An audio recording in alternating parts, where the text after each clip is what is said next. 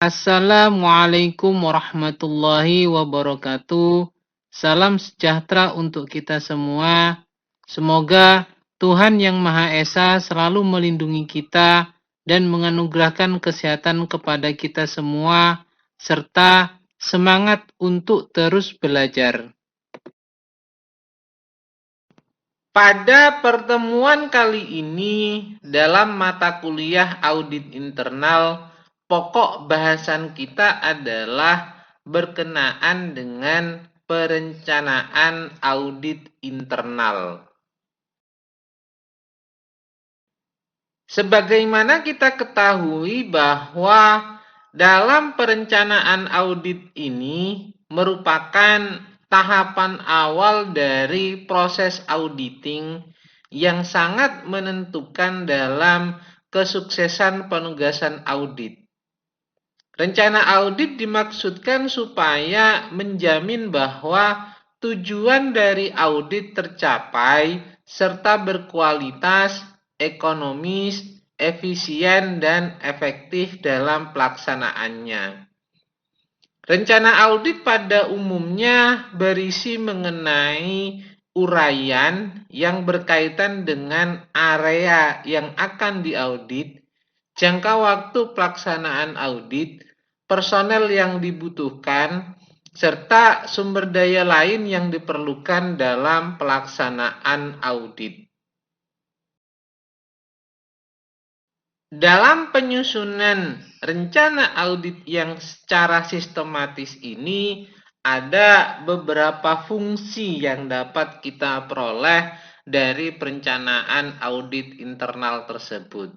Di antaranya yaitu yang pertama adalah sebagai pedoman dalam pelaksanaan audit. Yang kedua sebagai dasar untuk menyusun anggaran. Yang ketiga sebagai alat untuk memperoleh partisipasi dari manajemen, dan yang keempat adalah sebagai alat untuk menetapkan standar, yang kelima yaitu sebagai alat pengendalian, dan yang keenam adalah sebagai bahan pertimbangan bagi akuntan publik yang diberikan penugasan oleh perusahaan. Jadinya kita ketahui bahwa rencana audit ini memiliki banyak fungsi. Ketika menjadi pedoman pelaksanaan audit, maka rencana tersebut itu sebagai dasar bagaimana kita melaksanakan audit dengan baik, efektif, dan efisien. Dan dari rencana audit tersebut itu kita dapat menyusun kebutuhan anggaran. Berapa personel yang dibutuhkan, berapa sumber daya yang dibutuhkan untuk pelaksanaan audit tersebut. Dan tentunya dengan rencana audit tersebut, pihak manajemen akan memiliki partisipasi terhadap pelaksanaan audit tersebut. Kenapa? Karena dalam perencanaan audit itu tentunya akan dilakukan pembahasan dengan pihak manajemen. Rencana audit ini juga sebagai sebuah standar dan pengendalian dalam pelaksanaan audit, serta tentunya rencana audit ini bila mana pihak perusahaan membutuhkan akuntan publik atau akuntan eksternal untuk melakukan audit terhadap perusahaan, dapat dijadikan dasar pertimbangan dalam pelaksanaan audit yang dilakukan oleh auditor eksternal tersebut. Ada beberapa hal yang harus dipertimbangkan oleh auditor dalam perencanaan audit, yaitu yang pertama adalah masalah yang berkaitan dengan bisnis satuan usaha dan industri di mana satuan usaha tersebut beroperasi di dalamnya. Ini perlu dijadikan pertimbangan oleh pihak auditor dalam pelaksanaan atau perencanaan audit. Yang kedua adalah mengenai kebijakan dan prosedur akuntansi bagi satuan usaha tersebut. Yang ketiga, metode yang digunakan oleh satuan usaha dalam mengolah informasi akuntansinya. Yang keempat, penetapan tingkat risiko pengendalian yang direncanakan. Yang kelima, pertimbangan awal tentang materialitas untuk tujuan audit. Yang keenam, pos laporan keuangan yang mungkin memerlukan penyesuaian. Yang ketujuh, kondisi yang mungkin memerlukan perluasan atau pengubahan pengujian audit. Dan yang kedelapan adalah berkenaan dengan sifat audit yang dilaporkan akan diserahkan kepada pemberi tugas. Ini beberapa hal yang perlu dipertimbangkan oleh auditor dalam melakukan perencanaan audit. Apa saja sebenarnya yang perlu dilakukan dalam persiapan audit tersebut? Yang pertama yaitu tentunya auditor internal ini harus menentukan tujuan audit. Sebenarnya tujuan audit ini untuk apa? Apakah audit kepatuhan, audit laporan keuangan, atau audit operasional? Maka dalam persiapan audit ini harus dilakukan terlebih dahulu menentukan tujuan audit. Yang kedua yaitu penertiban surat tugas. Karena dari surat tugas tersebut kita akan mengetahui personel yang ditugaskan itu berapa orang dan siapa saja, serta mengetahui tujuan dari pelaksanaan audit tersebut. Yang ketiga yaitu melakukan koordinasi dengan auditor lain. Tentunya dengan penertiban atau pengeluaran surat tugas tersebut, maka langkah yang harus dilakukan selanjutnya adalah melakukan koordinasi dengan auditor lainnya. Dalam surat tugas tersebut tentunya ada beberapa auditor yang ditunjuk. Selain itu, selain berkoordinasi dengan tim auditor itu sendiri, tentunya dapat melakukan koordinasi dengan auditor lainnya, di mana auditor tersebut mungkin pernah melakukan audit terhadap unit kerja atau perusahaan tersebut sebelumnya. Yang keempat yaitu pengumpulan informasi umum, sehingga perlu melakukan observasi untuk mengetahui kondisi auditi atau objek yang diaudit.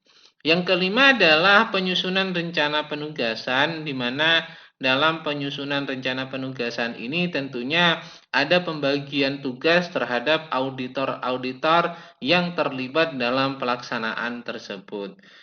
Yang keenam yaitu penyiapan program audit, ini sebagai dasar dalam pelaksanaan audit sehingga dijadikan sebuah standar atau pedoman dalam pelaksanaan audit internal yang akan dilakukan. Di beberapa literatur lain ada yang menyebutkan beberapa kegiatan atau tahapan dalam perencanaan audit, di mana rencana audit ini harus disusun dan didokumentasikan dengan baik. Apa saja kegiatan-kegiatan yang perlu dilakukan dalam perencanaan audit tersebut? Yaitu yang pertama adalah penetapan tujuan dan ruang lingkup audit. Yang kedua, review atas file audit. Yang ketiga, menyeleksi tim audit. Yang keempat, mengkomunikasikan pendahuluan dengan auditi dan pihak lain yang berkepentingan. Yang kelima, mempersiapkan program audit pendahuluan. Yang keenam, merencanakan laporan audit. Dan yang ketujuh adalah persetujuan atas program audit dari kepala bagian audit internal. Kaitannya dengan penetapan tujuan dan ruang lingkup audit, secara umum kita ketahui bahwa tujuan fungsi audit internal ini adalah untuk membantu manajemen dalam mencapai akuntabilitasnya dan memberikan solusi alternatif untuk memperbaiki terhadap pengendalian manajemen. Sehingga perlu melakukan penetapan tujuan atau ruang lingkup terhadap pelaksanaan audit internal tersebut. Yang kedua yang dikaitkan dengan review atas file audit ini adalah review yang dilakukan dengan cara mempelajari kembali laporan-laporan dan informasi dari file audit yang telah dilakukan sebelumnya. Review ini bermanfaat untuk mengenal sifat operasi sebagai bahan untuk melaksanakan terhadap survei pendahuluan. Terus yang berkaitan dengan tahapan berikutnya adalah menyeleksi tim audit, di mana kegiatan ini dilakukan dengan mempertimbangkan beban tanggung jawab yang akan dipikul oleh masing-masing staf auditor dan keahlian yang diperlukan untuk mengaudit bidang-bidang tertentu, sehingga perlu melakukan seleksi terhadap tim audit tersebut. Kegiatan atau tahapan berikutnya yaitu melakukan komunikasi pendahuluan dengan auditi dan pihak lain yang berkepentingan, di mana kegiatan ini dilakukan untuk mengkomunikasikan hal-hal yang berkenaan dengan pekerjaan yang akan dilakukan, mengakomodasikan akses terhadap fasilitas, catatan dan personal, serta untuk memperoleh informasi dari auditi atau pihak lain yang terkait. Tentunya dengan melakukan komunikasi pendahuluan ini akan memudahkan kita dalam pelaksanaan audit internal. Tahapan atau kegiatan berikutnya yaitu mempersiapkan program audit pendahuluan, di mana program audit pendahuluan ini memuat informasi seperti sasaran dan tujuan, serta ruang lingkup audit, pertanyaan-pertanyaan khusus yang harus terjawab selama audit dilaksanakan, prosedur audit yang akan digunakan, dan bukti-bukti yang akan diuji. Kegiatan atau tahapan berikutnya yaitu merencanakan laporan audit, di mana laporan audit ini merupakan media untuk mengkomunikasikan hasil audit kepada pihak-pihak yang berkepentingan dalam organisasi. Konsekuensinya, auditor harus mulai berpikir mengenai bagaimana laporan ini akan disusun, kapan akan diserahkan atau diberikan, dan siapa yang akan menerima laporan tersebut. Tujuannya adalah untuk mengantisipasi secara detail atau secara rinci yang akan disajikan dalam laporan dan untuk mengembangkan beberapa parameter dasar dalam pelaksanaan audit tersebut. Sedangkan tahapan yang terakhir yaitu dalam perencanaan audit ini adalah persetujuan atas program audit dari kepala bagian audit internal. Hal ini dilakukan tentunya untuk membantu memastikan bahwa prosedur kerja yang mendukung tujuan, sasaran, dan ruang lingkup audit tersebut telah sesuai dengan apa yang diharapkan oleh pihak manajemen, terutama diketahui oleh bagian audit internal. Tentunya kalau kita membahas perencanaan audit ini disusun setelah auditi ditetapkan. Artinya auditi sudah diketahui siapa, apa objek yang akan kita lakukan audit. Maka kita baru dapat menyusun rencana audit tersebut. Yang dimaksud dengan auditi di sini adalah entitas organisasi atau bagian unit organisasi atau operasi dan program, termasuk proses, aktivitas, kondisi tertentu yang akan dilakukan audit. Nah, perlu diketahui bahwa dalam menentukan auditi ini ada beberapa metode dalam melakukan seleksi auditi tersebut. Metode yang pertama yaitu istilahnya adalah systematic selection. Systematic selection ini merupakan bagian audit internal di mana menyusun suatu jadwal audit tahunan yang berkenaan dengan audit yang diperkirakan akan dilaksanakan. Secara tipikal, jadwal tersebut dikembangkan dengan mempertimbangkan resiko.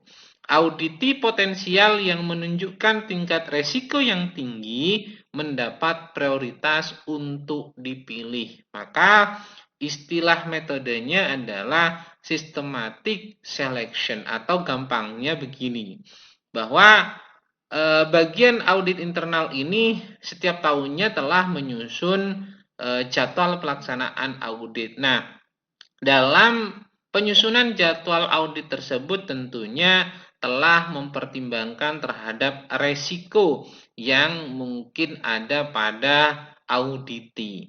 Nah, resiko-resiko tersebut itulah yang menjadi parameter untuk memprioritaskan auditi mana yang akan dipilih terlebih dahulu untuk dilakukan audit. Tentunya yang memiliki tingkat risiko yang lebih tinggi daripada auditi yang lainnya. Metode yang kedua yaitu istilahnya adalah ad hoc audit, di mana metode ini digunakan dengan mempertimbangkan bahwa operasi tidak selalu berjalan tepat sesuai dengan yang direncanakan. Sehingga manajemen dan dewan komisaris tentunya sering menugaskan audit internal untuk mengaudit barang atau area fungsional tertentu yang dipandang bermasalah. Dengan demikian, manajemen dan dewan komisaris memilih auditi bagi auditor internal. Parameternya yaitu yang dipandang memiliki permasalahan atau dalam pelaksanaan operasionalnya tidak sesuai dengan target yang direncanakan. Maka pihak manajemen dapat menentukan auditi yang akan dijadikan objek dalam pelaksanaan audit internal tersebut. Metode yang ketiga yaitu auditi request, di mana kita ketahui bahwa beberapa manajer merasa bahwa mereka memerlukan input dari auditor eksternal untuk mengevaluasi kelayakan dan keefektifan dari pengendalian internal serta pengaruhnya terhadap operasi yang berada di bawah supervisinya. Oleh karena itu, mereka dapat mengajukan permintaan untuk diaudit. Tetapi dalam hal ini auditor internal tetap harus mempertimbangkan terhadap risiko dan prioritasnya. Maka yang dimaksud dengan auditi request ini adalah permintaan dari auditi sendiri untuk dilakukan audit internal dengan tujuan untuk mengevaluasi mengenai kelayakan dan keefektifan dari pengendalian internal yang telah dilakukannya. Bahasan berikutnya pada pertemuan kali ini adalah berkenaan dengan program audit, di mana program audit ini merupakan rangkaian yang sistematis dari prosedur-prosedur audit untuk mencapai tujuan audit. Secara singkat, program audit ini digunakan untuk menjawab 5 hal, yaitu yang pertama adalah apa yang harus dilakukan, yang kedua kapan harus dilakukan, yang ketiga bagaimana hal ini harus dilakukan, yang keempat siapa yang akan melakukannya, dan yang kelima adalah berapa lama waktu yang dibutuhkan dalam pelaksanaan audit tersebut. Dalam penyusunan program audit harus disesuaikan dengan kondisi dari organisasi atau bidang atau area fungsional yang pada saat itu akan dilakukan audit. Pendekatan yang digunakan dalam mengembangkan program audit ini biasanya meliputi pada 3 hal, yaitu yang pertama adalah menyusun program audit selama tahap persiapan audit, yang kedua menyusun program audit setelah melaksanakan survei pendahuluan, dan yang ketiga adalah menggunakan program audit standar untuk operasi yang spesifik. Ini pendekatan yang dapat dilakukan pada saat kita menyusun program audit tersebut. Program audit ini dibedakan menjadi 2 jenis berdasarkan pada sifat operasi dari objek yang diaudit. Yang pertama adalah program audit individual dan yang kedua adalah program audit pro forma. Di mana program audit individual ini merupakan program audit yang disusun tersendiri untuk masing-masing audit dan tidak menggunakan bentuk standar, serta disusun setelah melakukan survei pendahuluan terlebih dahulu. Sedangkan program audit pro forma ini merupakan program audit yang dikembangkan untuk berbagai tujuan dan disiapkan guna mengumpulkan informasi yang sama dari beberapa periode untuk melihat kecenderungan atau tren dan perubahan-perubahan yang mungkin terjadi pada objek yang diaudit tersebut. Program audit ini seharusnya disiapkan oleh ketua tim audit internal dan disetujui oleh kepala bagian audit internal. Program audit yang baik seharusnya memuat beberapa informasi, yaitu yang pertama adalah tujuan audit, yang kedua daftar pengendalian yang ada atau yang diperlukan, yang ketiga adalah prosedur audit, yang keempat staf pelaksana dalam proses audit tersebut, dan yang kelima adalah komentar atas hasil pengujian.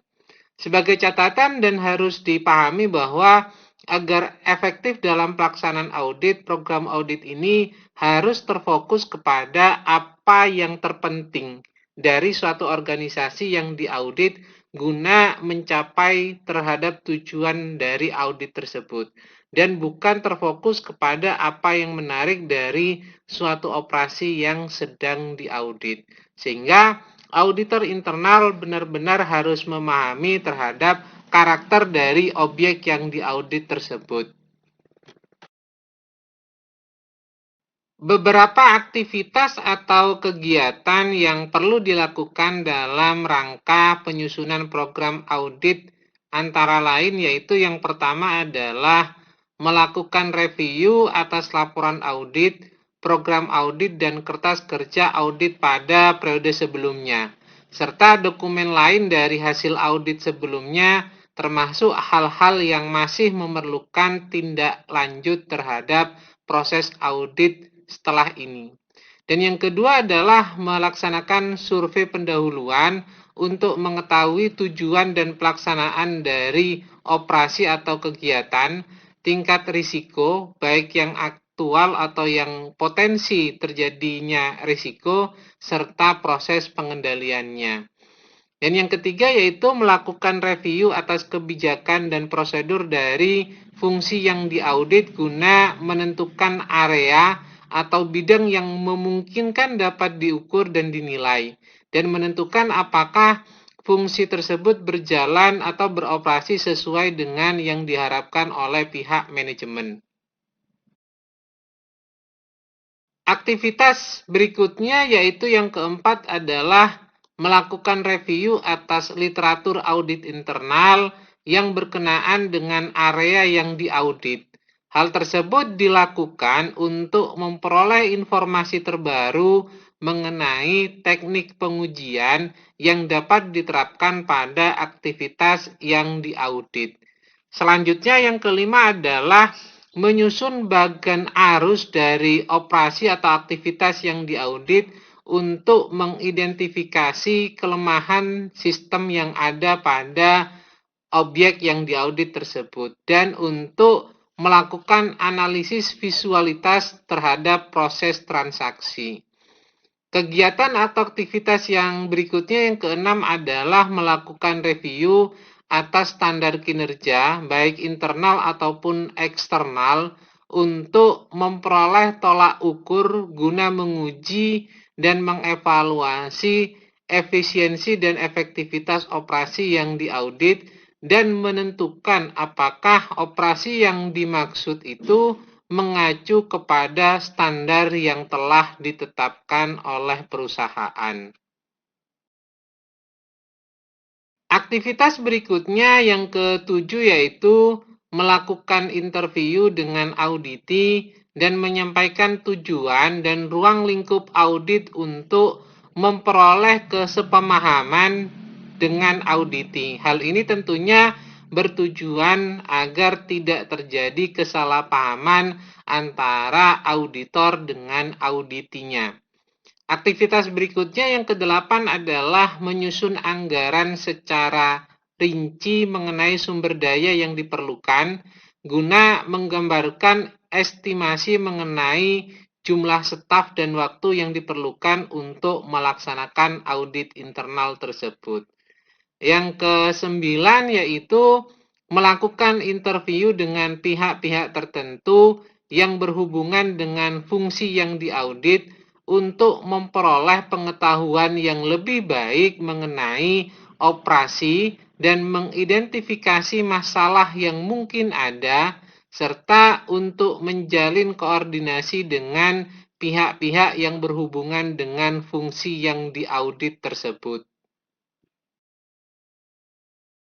Aktivitas berikutnya yang ke-10 yaitu membuat daftar mengenai risiko yang material yang harus dipertimbangkan untuk memastikan bahwa bidang atau area yang paling rentan terhadap ancaman, baik itu berupa kesalahan atau mungkin terjadinya penyimpangan, tentunya mendapat perhatian yang tepat atau perhatian yang khusus.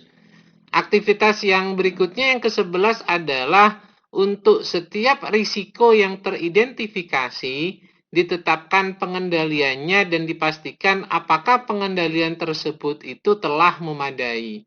Dan yang terakhir, yang ke-12 adalah menentukan substansi dari masalah untuk mengidentifikasi tingkat kesulitan dalam pelaksanaan audit. Itu adalah beberapa aktivitas atau kegiatan yang diperlukan dalam rangka penyusunan program audit. Dalam penyusunan program audit, diharapkan untuk memperhatikan beberapa kriteria tertentu agar tujuan audit ini dapat tercapai. Adapun kriteria dari program audit ini yang pertama adalah tujuan dari suatu operasi yang diaudit harus dinyatakan secara hati-hati dan disetujui oleh auditi. Sehingga tujuan audit ini atas operasi yang dimaksud dapat ditetapkan dengan tepat.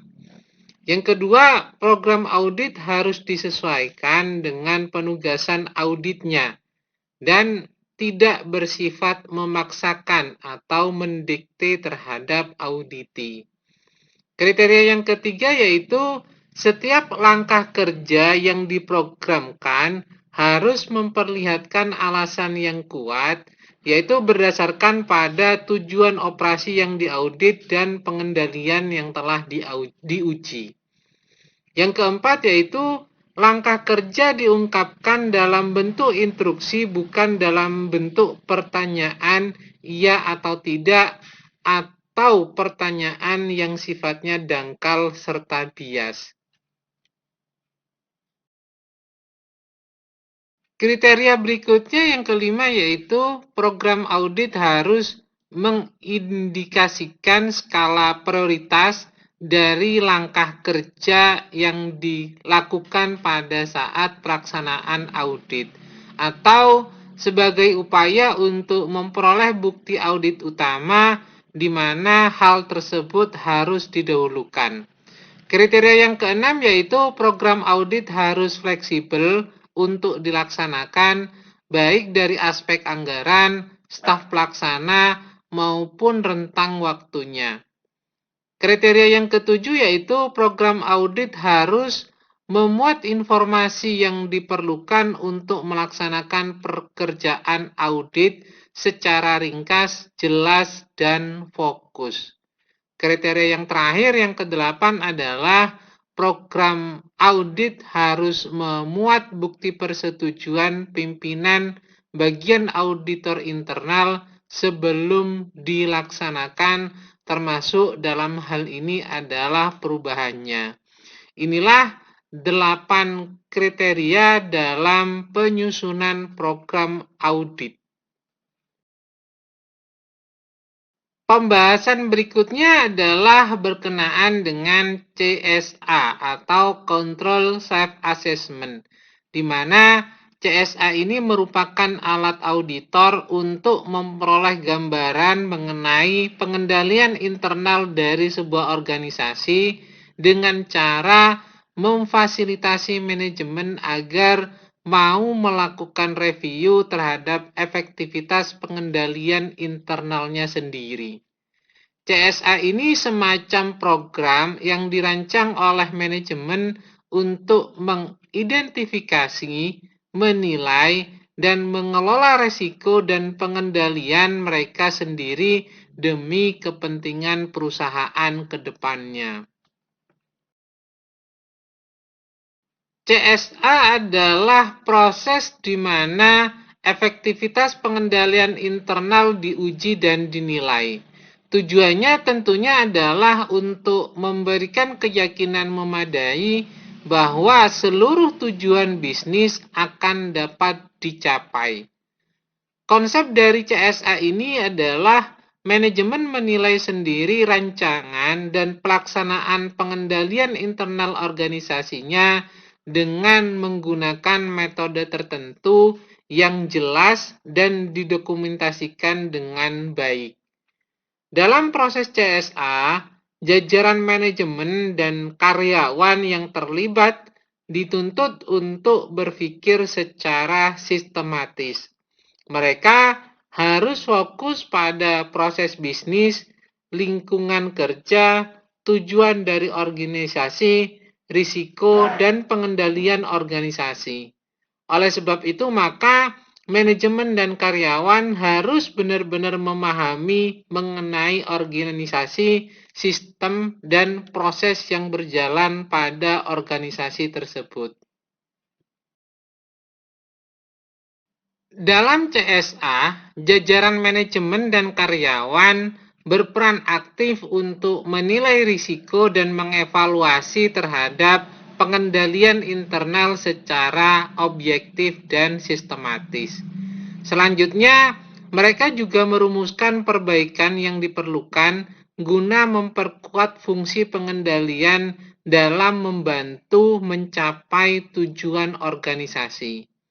Sedangkan peran dari auditor internal sendiri ini bergeser dari penilai menjadi fasilitator atau pembimbing terhadap proses pengendalian internal yang dilakukan oleh perusahaan tersebut. Auditor harus mampu untuk menjaga diri agar tidak masuk ke ranah keputusan manajemen. Dengan kata lain, CSA ini memposisikan manajemen sebagai ahli dalam substansi pengendalian organisasinya dan auditor internal ini sebagai ahli dalam tata cara menilai pengendalian internal. Sehingga diharapkan kolaborasi antara pihak manajemen dan auditor internal ini dapat mampu untuk merumuskan hasil yang lebih baik demi tercapainya tujuan organisasi. Yang menjadi pertanyaan sekarang adalah apa manfaat dari menerapkan CSA tersebut? Tentunya dalam hal ini CSA ini bermanfaat dalam meningkatkan kemampuan para manajemen dan karyawan dalam memetakan tujuan risiko dan pengendalian yang melekat pada proses bisnis, sehingga mereka dapat mengelolanya dengan lebih efektif. CSA juga dapat memperarat komunikasi antar level manajemen organisasi, baik secara vertikal maupun secara horizontal. CSA ini juga dinilai mampu dalam menggali isu-isu secara lebih luas dan lebih efektif untuk mengevaluasi pengendalian yang sifatnya informal atau soft control.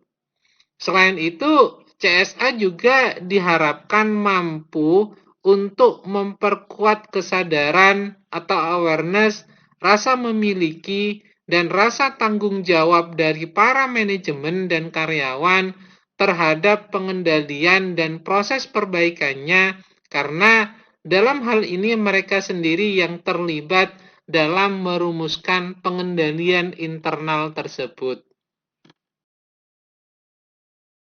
Sehingga dengan mengetahui manfaat dari penerapan CSA tersebut, maka kita mengetahui bahwa proses CSA ini mampu untuk mengidentifikasi terhadap risiko organisasi secara signifikan.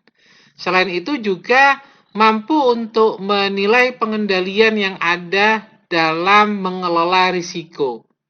Dan juga mampu mengembangkan rencana kerja untuk menurunkan risiko ke level yang aman bagi suatu organisasi. Serta CSA ini juga mampu mengukur kemungkinan terhadap pencapaian tujuan dari sebuah organisasi. Ada beberapa persyaratan penting yang mesti dibangun oleh suatu organisasi yang hendak menerapkan CSA. Apa saja persyaratan penting tersebut? Yaitu yang pertama adalah membangun kepercayaan di dalam tim organisasi sehingga semua unsur organisasi berkeyakinan bahwa pihak lain sebagai bagian tim akan selalu berbuat yang terbaik bagi organisasi. Yang kedua yaitu menciptakan gaya manajemen yang terbuka di mana mau menerima semua masukan dari pihak manapun sepanjang berguna bagi organisasi dan tidak memiliki agenda yang tersembunyi dari para karyawannya.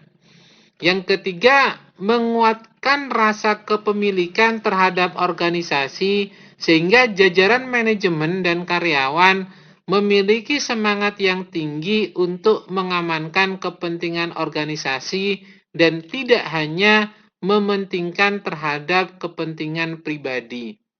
Dan yang keempat yaitu menciptakan budaya jujur, di mana hal ini dibuktikan dengan tindakan memiliki keberanian untuk mengakui, mengungkapkan, atau memberikan suatu informasi yang sesuai kenyataan dan kebenarannya.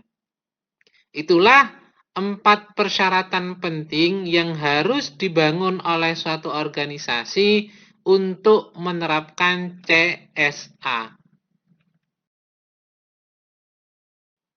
Sebagai catatan penutup dalam pembahasan ini bahwa penerapan CSA pada hakikatnya melibatkan sebuah perubahan kultur dari penilaian yang harus dilakukan oleh pihak independen menjadi penilaian terhadap diri sendiri. Aspek objektivitas memang menjadi hal yang selalu dipertanyakan jika pengendalian ini dinilai sendiri oleh pihak manajemen. Sudah menjadi kelaziman bahwa orang tidak mau dinilai buruk, apalagi yang menilai adalah diri sendiri. Mana mungkin manajemen mau membuka aib atau kekurangan yang disebabkan oleh mereka sendiri. Sangat mungkin manajemen memunculkan hal-hal baik yang mereka lakukan dan menutupi hal-hal buruk yang akan merusak reputasi mereka. Singkatnya, akan banyak keraguan, bahwa manajemen mau mengungkapkan kondisi pengendalian internal yang sesungguhnya jika mereka melakukan penilaian sendiri. Mungkin itu dulu paparan yang dapat diberikan dalam pertemuan kali ini. Mudah-mudahan dapat dipahami dengan baik. Bila mana ada hal yang kurang berkenan, kiranya mohon maaf sebesar-besarnya. Saya akhiri. Wabillahi taufik wal hidayah. Wassalamualaikum warahmatullahi wabarakatuh. Jangan lupa untuk selalu menjalankan hidup sehat dan bersih. Semoga Tuhan Yang Maha Esa selalu melindungi kita sekalian. Terima kasih.